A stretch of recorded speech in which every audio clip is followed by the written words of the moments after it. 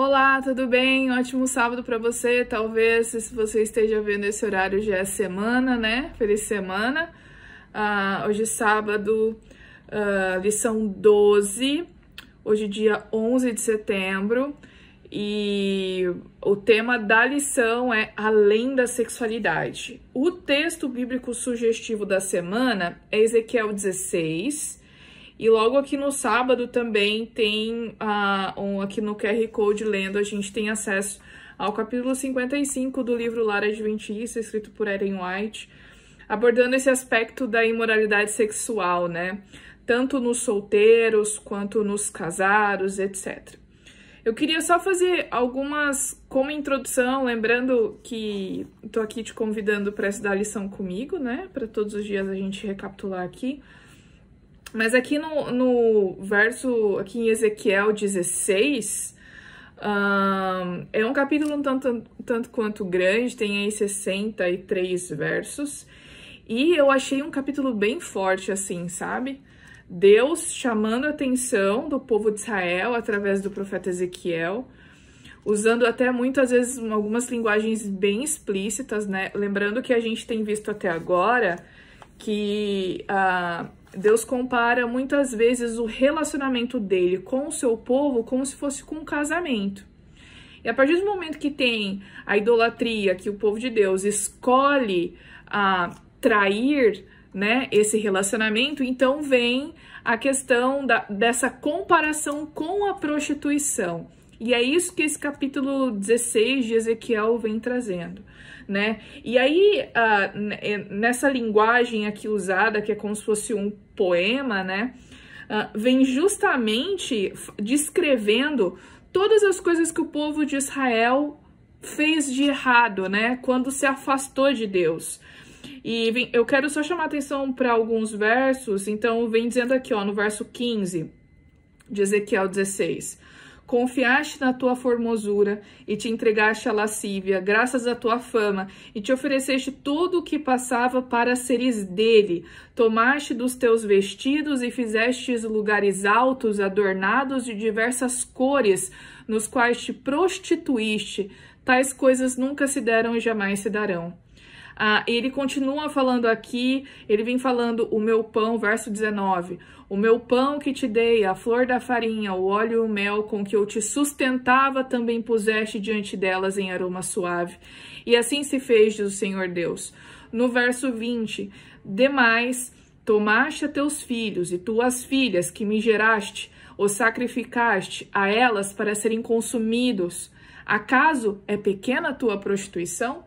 Então, a gente vê aqui o comportamento do povo de Israel que cede à idolatria, não só a idolatria da religião, adorando outros deuses, mas lembrando que em alguns desses rituais religiosos existia a orgia, existiam os prostitutos cultuais, né, os sacerdotes aí, que faziam esses rituais onde tinha muito sexo, inclusive aqui chamando a atenção para o sacrifício, que inclusive o rei Acabe, né, fez aí, sacrificou seu filho pro ídolo. Eu imagino que aqui seja em algum momento depois disso, mas ainda assim eram coisas que se fazia, para vocês verem o nível da idolatria. Mas você passa aqui quase o capítulo todo e Deus chamando a atenção do povo, dizendo tudo que eles estavam fazendo errado, mas o mais incrível é que o capítulo não termina por aí, né? Deus, ele ainda faz um chamamento para o povo e fala assim, olha, mesmo vocês fazendo tudo isso de errado, ele fala assim, no verso 60, mas eu me lembrarei da aliança que fiz contigo nos dias da tua mocidade e estabelecerei contigo a aliança eterna. Verso 62, estabelecerei a minha aliança contigo e sabereis que eu sou o Senhor. Verso 63 no final, quando eu te houver perdoado tudo quanto fizeste, diz o Senhor Deus. Então, isso aqui, gente, é graça. Isso aqui é graça. O povo não merecia nada. Mas no final, Deus ainda faz questão de deixar claro. Olha, mesmo vocês desprezando o juramento, invalidando a aliança, envergonhando todas as coisas que eu propus para vocês, ainda assim eu vou me lembrar da aliança eterna que eu fiz com vocês. E isso é graça, e isso é incrível, gente. E na lição dessa semana, a gente vai estudar melhor esses aspectos aqui da imoralidade, das figuras que Deus usa para chamar a atenção do povo, mas também a imoralidade da sexualidade, que é o que Ellen White acaba chamando a atenção lá no Lar Adventista, falando como algumas pessoas estavam usando a sua sexualidade pelos motivos errados, solteiros, casados, viúvos, etc, né? Então, eu recomendo muito que vocês leiam esse capítulo, ele é grande, mas vale a pena, e também capítulo 55 do livro Lar Adventista, porque realmente é muito importante. E a gente se vê amanhã, então, no resuminho da lição de domingo, continuando esse papo sobre a imoralidade que a lição vem trazendo essa semana, ok? Então, a gente se vê amanhã. Até lá! Oi, gente, bom domingo, tudo bem? Falei minutos aqui, esqueci de apertar o botão para gravar. Mas é muito bom ter você aqui, seja no Instagram, seja no YouTube. Se você está vendo aí no YouTube, não esquece de se inscrever no canal do Michelson. Não se esquece também de dar aquela curtida. Quando a gente curte, o YouTube mostra para mais pessoas, e assim a gente pode alcançar mais pessoas, não é legal? Com um clique você pode fazer a diferença, então não esquece de fazer isso. Agora, se você quer acompanhar os videozinhos no Instagram todos os dias, Maura A. Eduarda, você pode me seguir e me procurar por lá, tá bom? Vamos falar então da lição, o título da lição, domingo, dia 12 de setembro, Iavé e Israel. E a lição ela vem reforçando novamente alguns pontos que eu já discuti ontem no vídeo de sábado, sobre como Deus trata esse relacionamento com o seu povo como se fosse um casamento, e quando o povo decide abandonar a Deus e ceder à idolatria, tem toda aquela figura da traição, do adultério, da prostituição, né? Explorei bastante isso ontem.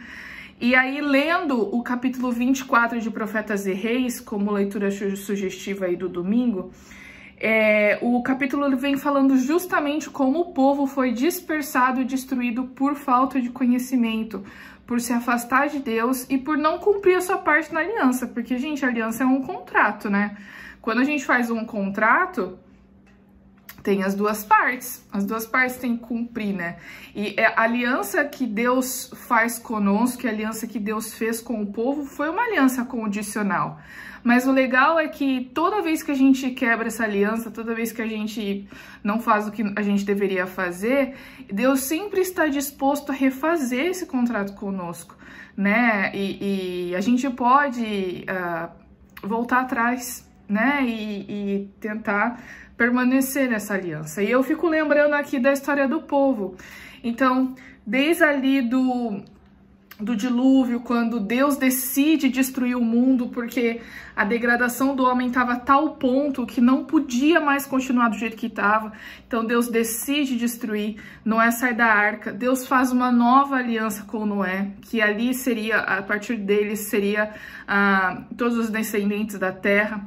E aí a gente veio com o povo de Israel, 400 anos no Egito, depois mais muitos anos no deserto, e aí antes disso, desculpa, uma coisa interessante que eu vi aqui no capítulo é que Ellen White, aqui no capítulo 24 do Profetas e Reis, cita que, olha só, nos dias de Abraão, o povo de Sodoma desafiava abertamente a Deus e sua lei, e teve lugar aí a mesma impiedade, a mesma corrupção, a mesma incontida condescendência que haviam assinalado o mundo antediluviano, ou seja, Deus destruiu essas cidades porque a situação estava muito parecida com o que era antes do dilúvio.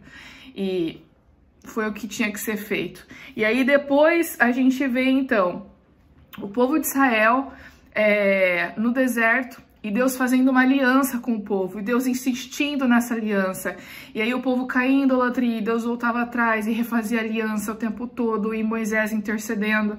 E versos para mim que são muito marcantes estão no capítulo 30 de Deuteronômio. Inclusive, o próximo trimestre a gente vai estudar o livro de Deuteronômio, que vai ser bem interessante. Mas no capítulo 30 de Deuteronômio, aqui nos versos 15 a 20, para mim são muito especiais, assim. que mostra realmente Deus indo atrás do povo, lembrando também que esse acordo ele é condicional. Então Deus fala assim, olha, vê através de Moisés, né? Vê que proponho hoje a vida e o bem, a morte e o mal. Se guardares o mandamento que hoje te ordeno, que ames o Senhor teu Deus, andes nos seus caminhos e guardes os seus mandamentos e os seus estatutos e os seus juízos, então viverás e te multiplicarás. E o Senhor teu Deus te abençoará na terra a qual passas para possuí-las. O povo estava a ponto de entrar em Canaã e Moisés deixa o seu último recado aqui, seus últimos recados, porque ele não ia entrar com o povo. Então essas são as últimas palavras. E ele fala aqui no final, no verso 19 e 20. Os céus e a terra tomo hoje por testemunha contra ti, que te propus a vida e a morte, a bênção e a maldição. Escolhe, pois, a vida, para que vivas, tu e a tua descendência, amando o Senhor teu Deus, dando ouvidos à sua voz e apegando-te a ele, pois disto depende a tua vida e a tua longevidade, para que habites na terra que o Senhor, sob juramento, prometeu dar a teus pais, Abraão, Isaque e Jacó. Então Deus fala assim, olha, vocês podem possuir a terra, mas me obedeçam, cumpram os meus mandamentos, façam a minha vontade, que eu estarei com vocês. E aí o que acontece? A gente chega ao povo de Israel, não conquista tudo que tinha que conquistar, como Deus havia falado. Passam centenas de anos aí, chega Davi, depois Salomão morre, aí o reino se separa entre Israel e Judá, e aí o povo, depois de um tempo, através de vários reis diferentes, seguem na idolatria, e aí chega a Síria, depois chega a Babilônia, pega o povo, leva eles cativos, e aí o povo, ele é separado. E aí vem aqui, só a última coisa para eu terminar aqui. Ellen White também diz, tivesse Israel aceito as mensagens dos profetas e teriam sido poupados a humilhação que se seguiu. Então, foi Deus que quis que o povo fosse levado cativo? Não. Isso foi consequência das más escolhas dos seus reis e, consequentemente, do povo. Foi em virtude de haverem persistido no abandono da sua lei que Deus foi compelido a deixá-los ir em cativeiro. Então, o povo rejeitou a Deus e Deus permitiu que o povo fosse levado ao cativeiro. Foi consequência das atitudes do povo. Não foi porque Deus quis, mas foi pela desobediência. Lembrando o que Moisés falou aqui, aliança condicional. E aí a gente vai ver amanhã o papel do profeta Oséias, porque Oséias e Amós foram profetas muito importantes nesse período. E aqui no final, para acabar de verdade, diz o seguinte, lá em Oséias 4, até marquei aqui. Oséias 4, verso 6, diz o seguinte, o meu povo está sendo destruído porque lhe falta o conhecimento. Porque tu, sacerdote, rejeitaste o conhecimento, também eu te rejeitarei, para que não sejas sacerdote diante de mim. Visto que te esqueceste da lei do teu Deus, também eu me esquecerei dos teus filhos. Aqui, gente, outra coisa também, que Ellen White comenta, é que muitas pessoas não tinham ideia e não conheciam a Deus. Gerações passaram e esse povo tão especial que foi trazido para Canaã, e que Deus fez tantas maravilhas, a impiedade chegou num momento em que as pessoas simplesmente não se lembravam e não conheciam a Deus. Para mostrar o distanciamento do povo e a rejeição do povo ao que Deus havia, aos princípios, né? Então, isso é muito sério e faz pensar na gente hoje, né? Eu tô me empolgando demais, falando demais, mas tô acabando já. Isso vai pensar muito nas nossas atitudes hoje. Será que a gente está fazendo a mesma coisa que o povo de Israel fez há milhares de anos atrás? Será? Isso aí fica pra gente repetir. Eu acho que muitas vezes sim. Vamos refletir sobre isso. E a gente se encontra amanhã num vídeo menor, eu prometo. Na segunda-feira, gente. Até! Oi, gente, tudo bem? Ótima segunda para você, dia 13 de setembro. O título da lição é O Coração de Oséias e a Prostituta. Espero que você esteja bem aí e esteja acompanhando os videozinhos da lição aqui no Instagram ou aí no YouTube do canal do Michelson. Mas vamos então falar do nosso resuminho. Nesse estudo de hoje, a lição vem trazendo a história do profeta Oséias. E ele foi um grande homem usado por Deus que ofereceu tudo que ele tinha, ofereceu a vida dele em prol, mas tá difícil hoje falar, da pregação e da mensagem que Deus tinha para o povo, né? Porque você imagina, Deus disse a Oséias para que ele casasse com uma prostituta. E, gente, a gente tem falado aqui do relacionamento de Deus com o povo, que isso é comparado com o casamento, e a gente tem todos esses aspectos relacionados ao casamento, como a tradição, a traição, o adultério, o divórcio. Então, Deus usa esses aspectos justamente para que as pessoas possam ver na vida de Oséias qual o relacionamento de Deus com o povo, porque começa aí então com esse pedido inusitado, né? Deus fala assim, vai lá e casa com a prostituta, com Gomer, que era o nome da esposa de Oséias. E aí depois Oséias tem filhos, 3 filhos. E aí esses filhos que a lição ressalta aqui se chamam Jezreel, que significa Deus espalha, Lohuama, que significa sem misericórdia, e Loami, que significa não meu povo, ou seja, o nome desses filhos também seria uma forma de pregação, porque toda vez que as pessoas se referissem aos filhos de Oséias, toda vez que o pai e a mãe chamasse, era uma forma de repreensão para o povo também, né?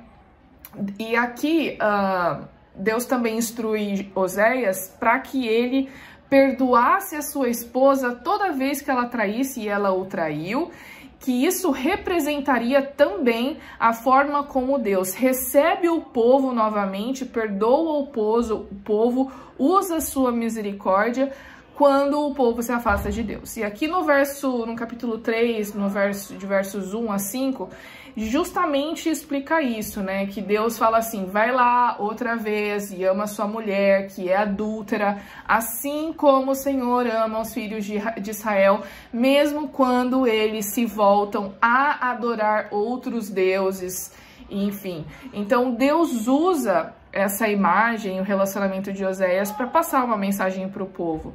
E eu fico imaginando o grau de comprometimento desse profeta, de abrir mão, né, da sua vida e dedicar tudo que ele tinha para a pregação e para Deus. Eu realmente acho admirável, admirável. Eu só queria comentar aqui a segunda pergunta do box ali do Pense, como os israelitas confundiram reavivamento e transformação com sacrifícios e ofertas. Eu penso que quando os israelitas levavam seus sacrifícios, não na igreja, no santuário, né, e levavam as suas ofertas, isso não significava necessariamente a transformação de vida que o reavivamento traz para uma pessoa. Esses rituais, eles poderiam ser feitos apenas pelo ritual, pela tradição, pelo costume, né? Então a pessoa poderia ali ter uma vida totalmente fora do que Deus tinha planejado e ao templo e levar seus sacrifícios e suas ofertas, mas a vida dele estava ali, terrível.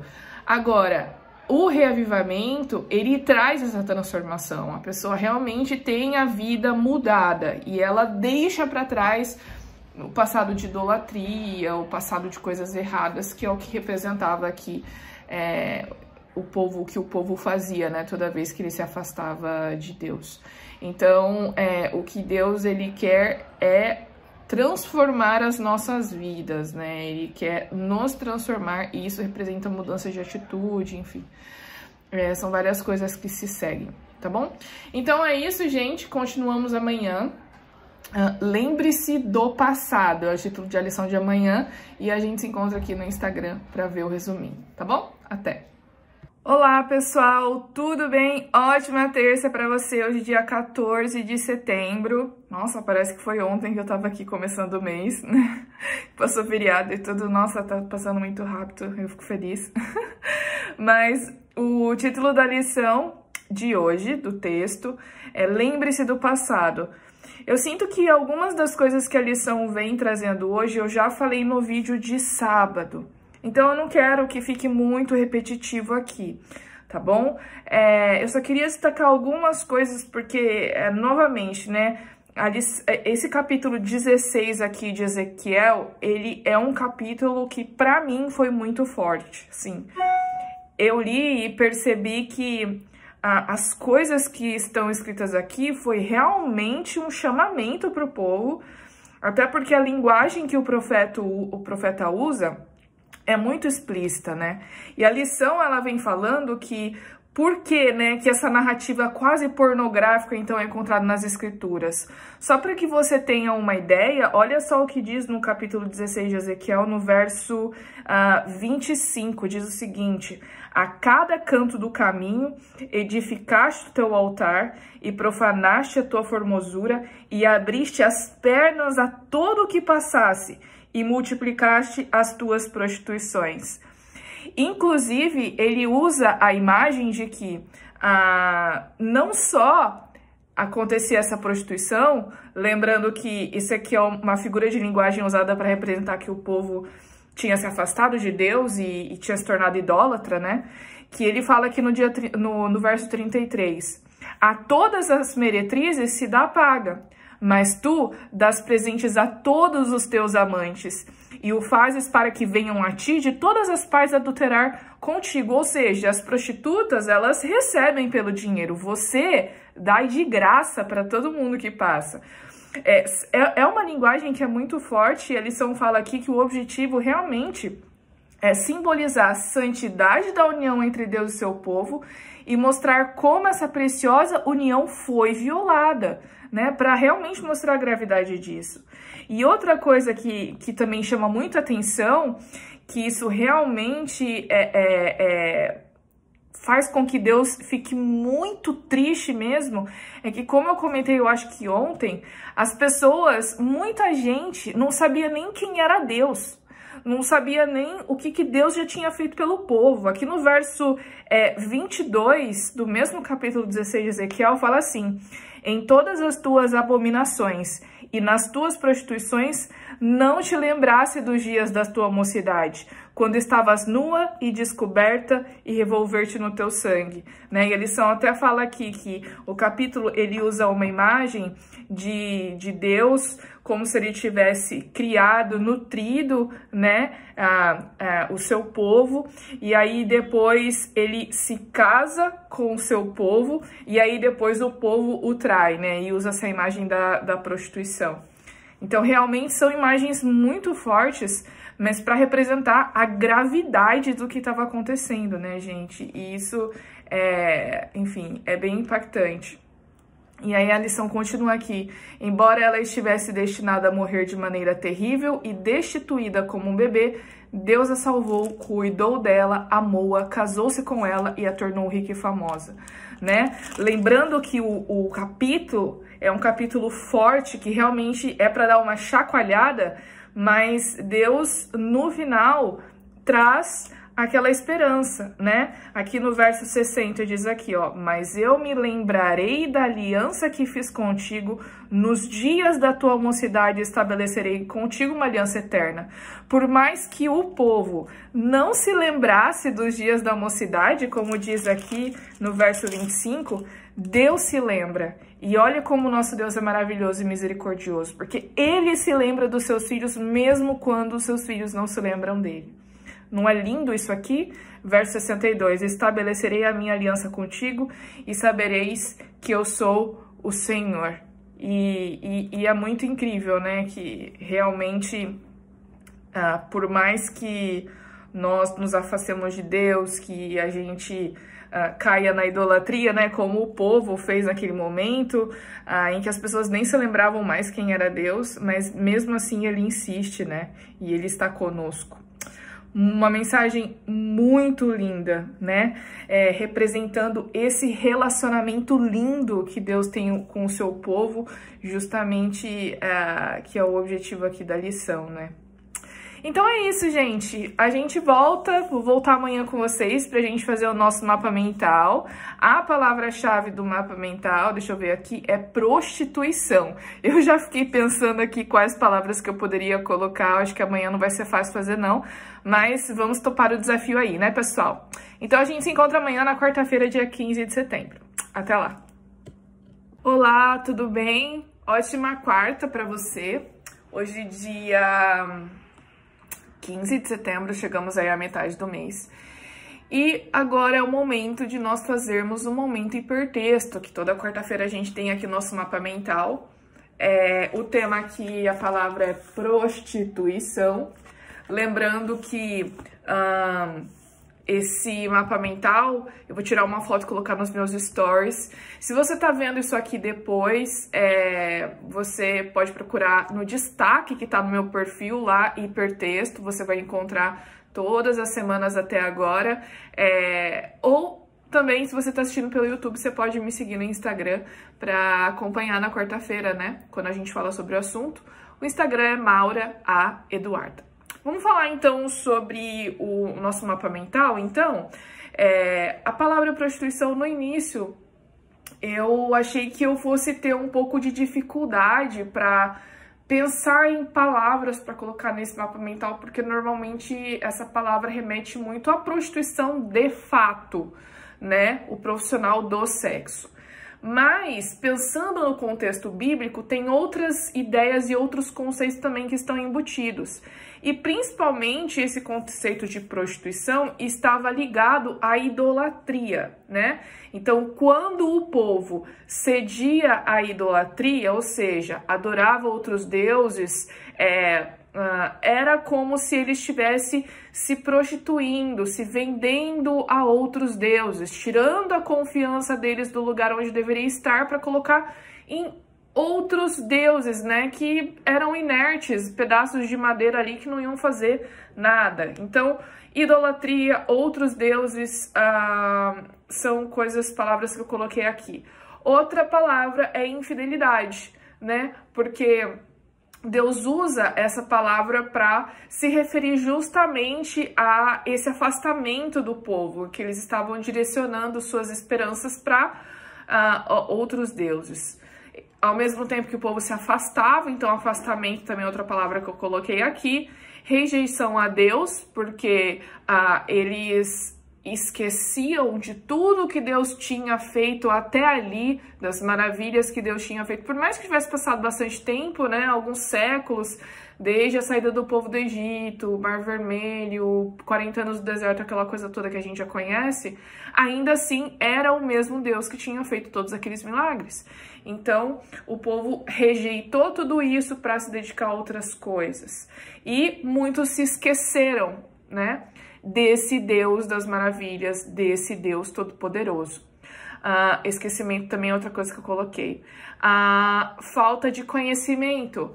Muitas pessoas, podia ser que até não se esqueceram, né, que tinham ouvido falar desse Deus, mas não tinham conhecimento a fundo ou aprofundado do Deus de Israel, de Yahvé. Então, isso também acabava levando a todas as outras coisas que eu já comentei aqui, tá bom? Então, pessoal, esse aí foi o nosso momento hipertexto, com essas palavras que eu pensei. Talvez você tenha pensado em outras, você pode deixar aqui nos comentários também, tá bom? Eu acho que é uma analogia interessante de Deus usar para com o seu povo, e era uma forma dele se comunicar também, né? Então é bem interessante a gente entender também a forma como Deus se comunicava com essas pessoas naquele tempo, com o povo de Israel, e ao mesmo tempo pensar nas formas como Deus se comunica conosco hoje, né? Então é isso, gente. Nos encontramos amanhã. O nosso tema é Fios de Corda, é o título do texto de amanhã. Então a gente se encontra aqui no Instagram para revisar a lição, tá certo? Até! Oi, gente, tudo bem? Ótimo dia para você, hoje dia 16 de setembro, quinta-feira. O título da lição é o Fios de Corda, né? E a lição vem falando sobre o amor de Deus por nós. Que o amor de Deus não é só um tipo de amor, né? Como, por exemplo, o amor ágape ou o amor filéu, né? Que é aquele amor fraternal entre irmãos, entre amigos, ou o amor entre marido e mulher, né? Ou, enfim, é um amor perfeito. E a lição, ela vem fazendo uma comparação com a corda, né? A gente sabe que a corda, ela é formada por vários daqueles fiozinhos, né? Que juntos deixam a corda bem forte. E a lição fala aqui como os fios de uma corda não é apenas um sabor de amor, mas todos os fios enrolados que formam uma composição que ilustra o amor de Deus. Nós, seres caídos, podemos ter dificuldade em compreender essa grande verdade. Deus rompe essa corda maravilhosa em seus diferentes fios para nos ajudar a entender seu coração. Inclusive, é bem interessante, né? Porque Deus, ele nos ama dessas formas diferentes. E aí, ao longo da história da Bíblia, a gente, especialmente no Antigo Testamento, né? A gente vê Deus no seu relacionamento com o povo, muitas vezes tomando atitudes que outras pessoas julgam como não ser atitudes de um Deus amoroso, né? Então, às vezes, Deus se ira com a desobediência do povo, ou Deus usa o exército, por exemplo, de Davi para conquistar uma cidade e matar todo mundo, e as pessoas pensam assim: poxa vida, mas por que um Deus amoroso faria isso, né? E aí, quando a gente vai entender como eram aquelas pessoas, o que aquelas pessoas faziam, que elas também eram cruéis, como, por exemplo, elas também ofereciam seus filhos em sacrifício para outros deuses, você começa a entender o porquê de algumas atitudes que Deus tomava, né? E que, na verdade, não representam exatamente um Deus irado, que é mimado e que toma esse tipo de atitude só porque os seus filhos não o obedecem. Mas isso representa o amor dele por nós, né? A lição fala aqui justamente que o Deus do Antigo Testamento é acusado de ser muito emotivo. Mas, na verdade, como a gente tem visto por toda essa semana e todo esse trimestre que vai acabar semana que vem, a gente vê que o amor de Deus pelo seu povo, ele nunca acaba. E que por mais que o povo vai lá e desobedece e faz coisas erradas, Deus sempre está ali para mostrar: olha, eu vou renovar a minha aliança com vocês, se vocês se arrependerem e se vocês se voltarem para mim. E a lição termina: ele é um Deus de amor apaixonado que fará tudo pelo seu povo, incluindo o maior ato dramático do universo, estando disposto a ir para a morte de cruz. Então, o mesmo Deus que protege seu povo no Antigo Testamento e que muitas vezes toma essas atitudes que algumas pessoas julgam que não serem compatíveis com o Deus de amor, é o mesmo Deus que dá o seu próprio filho para morrer por nós e para nos dar a salvação, né? Então, realmente é um amor que é muito, muito lindo, e é muito bom a gente saber que tem um Deus que nos ama assim, não é mesmo? Então, gente, é isso. A gente se encontra amanhã no videozinho de sexta-feira, tá bom? E a gente vai fazer uma recapitulação, então, e ver algumas citações de Ellen White sobre o tema. Até! Oi, gente, tudo bem? Dia 17 de setembro, sexta-feira, estamos chegando ao final de mais uma semana de estudo, a penúltima, né? Semana que vem já é a última. Lembrando que no próximo trimestre a gente vai estudar sobre o livro de Deuteronômio. Eu tô bem ansiosa, eu acho que vai ser bem interessante, a gente vai aprender muita coisa legal. Então eu convido também, provavelmente eu vou continuar a fazer esses estudos aqui no meu Instagram. Então, se você ainda não me segue e quiser me acompanhar aqui no Insta, é o Maura A. Eduarda, tá bom? Então, vamos ver então a lição de sexta, Brincando de Meretriz. Tem aqui algumas citações de Ellen White sobre o tema, falando dessa questão de prostituição, falando sobre a questão das analogias com prostituição em Babilônia, né? Eu acho muito legal dar uma lida nessas coisas aqui que ela fala que são sempre muito importantes, mas eu queria hoje me concentrar no texto da comunidade, que é aquele texto no final da lição, que é um texto sugestivo para pequenos grupos e algumas perguntas, e eu gostei muito dessa questão do moralismo e da imoralidade que o pastor Diego Barros traz, quando aplicados, né, no contexto da lição dessa semana. Então tem muita gente que pensa que a questão da imoralidade, especialmente a imoralidade sexual, é o pior pecado que pode existir, né? Mas, ao mesmo tempo, tem o falso moralismo. O que é esse moralismo? É quando você usa a moral, né, e para criticar as pessoas, ao mesmo tempo que na sua vida você é hipócrita, né? Então, até aqui no final do texto, o pastor Diego traz uma citação do Cristianismo Puro e Simples do C.S. Lewis, que ele fala o seguinte: está redondamente enganado quem pensa que os cristãos veem a falta de castidade como o vício supremo, né? A falta de castidade é a imoralidade sexual, no caso. Os pecados da carne são maus, mas são os menos graves de todos. Aí você fala assim, não, peraí. Como assim, né? E ele continua: os piores prazeres são os de ordem puramente espiritual, como o prazer de provar que o outro está errado, de tiranizar os outros, de tratar os demais com desdém e superioridade, de ser um estraga-prazeres, de difamar, são os prazeres de poder e de ódio. É por isso que o moralista frio é pretensiosamente virtuoso, que vai regularmente à igreja, pode estar bem mais perto do inferno que uma prostituta. Mas é claro que é melhor não ser nenhum dos dois. Ou seja, os dois são coisas erradas. O melhor é que você não seja nenhum dos dois. Mas, ao mesmo tempo, algumas pessoas acabam colocando níveis de pecado e colocando essas coisas que eu acabei de ler aqui como sendo coisas menos prejudiciais e como sendo um pecado menor do que a imoralidade sexual, por exemplo. Mas, na verdade, esse tipo de coisa acaba prejudicando muito mais as pessoas, né? E eu vejo que muitas vezes isso acontece nas igrejas, isso acontece, por exemplo, com pessoas que estão em posição de liderança, isso acontece com a gente quando a gente ouve alguma história de alguém que está fazendo algo de errado na igreja, passa para frente, é a famosa fofoca, né? Isso acontece quando a gente chega no sábado, depois do culto, e come o pastor no almoço, né? Esse come entre aspas, mas para falar que a gente fala mal do pastor e do sermão o almoço inteiro, né? Ou da pessoa que pregou. Isso acontece, enfim, são tantas situações e isso é pior do que a imoralidade sexual. É isso, pelo menos, que o C.S. Lewis está falando, e realmente faz sentido, né? E tem até uma pergunta aqui, ó. Você acha que nossa comunidade religiosa, na prática, condena mais o falso moralismo ou a imoralidade? A imoralidade, com certeza, pela minha experiência, é muito mais condenada do que o falso moralismo.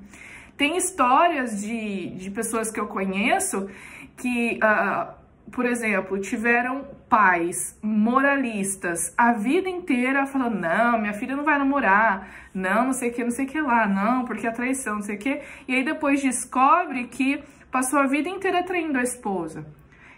Pessoas que estão em posição de liderança e que criticaram esse tipo de coisa a vida inteira. Isso é falso moralismo, isso é hipocrisia, né? Então, eu acredito que o falso moralismo, ele é menos condenado hoje do que a imoralidade. Então, quando, por exemplo, você fica sabendo que algum jovem da igreja estava tendo relações sexuais com a namorada, né? Quando algum cônjuge, algum casal da igreja, um trai o outro, e aí todo mundo fica sabendo, nossa, é escândalo. Quando uma jovem fica grávida, quando ela é adolescente, antes de se casar, todo mundo fica, nossa, escandalizado, né? Porque, nossa, que pecado. Mas esquece do que o colega ali, quando vem contar uma historinha, acaba fofocando, né? Recebe a história e passa pra frente no grupo de WhatsApp. Antes não tinha WhatsApp, né? Era no final do culto mesmo que a gente parava pra conversar depois que a igreja fechava. Então, Esses aí já respondem até a pergunta 2, de exemplos de situações moralistas, né? Então, eu acho que isso realmente é um ponto pra gente poder refletir sobre as nossas atitudes, sabe? E, enfim, é bem interessante. Mas é isso, pessoal. Então, vamos terminando o vídeo de sexta por aqui. Semana que vem, amanhã, tem videozinho de introdução no sábado. E o tema da semana que vem é pureza, alvo possível. E vamos falar sobre tentação, tá bom? Então eu convido você para que continue comigo aqui no Insta, estudando a lição, tá certo? Ótimo sábado para você. Espero que você tenha um ótimo dia. Até!